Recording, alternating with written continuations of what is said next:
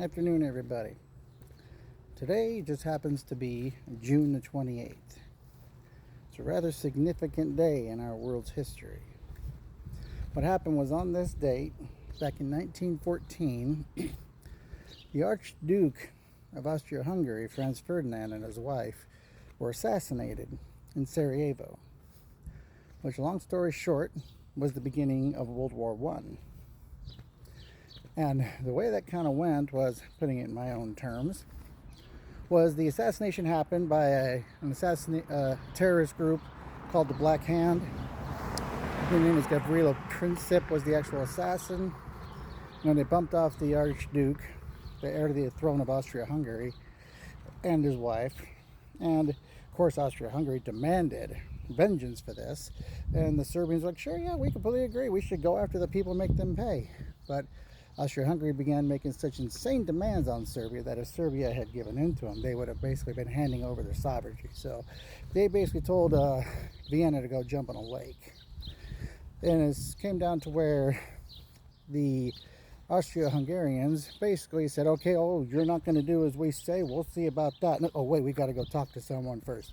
And they went running off to Berlin to talk to Kaiser Wilhelm and say, hey, we're about ready to pop open a can of butt kick on the Serbs here, and if we do so, will you back us up? And this is where the phrase of the blank check comes into play. So they say Kaiser Wilhelm gave them exactly that. Do whatever you want, we'll back you up. And so Austria-Hungary was going to invade tiny little Serbia over this.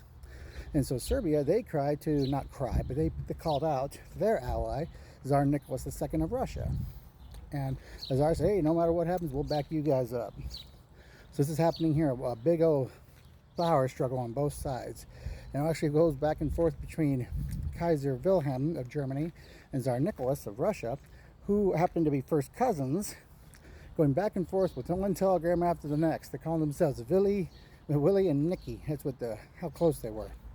And they're going back and forth saying, oh, hey, you need to back down. No, you need to back down. And neither side would back down.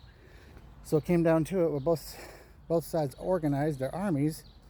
And Austria attacked Serbia, and Russia declared war on Austria-Hungary, and Germany declared war on Russia. And this is a major domino effect. And Russia, by treaty with France declared war on Germany.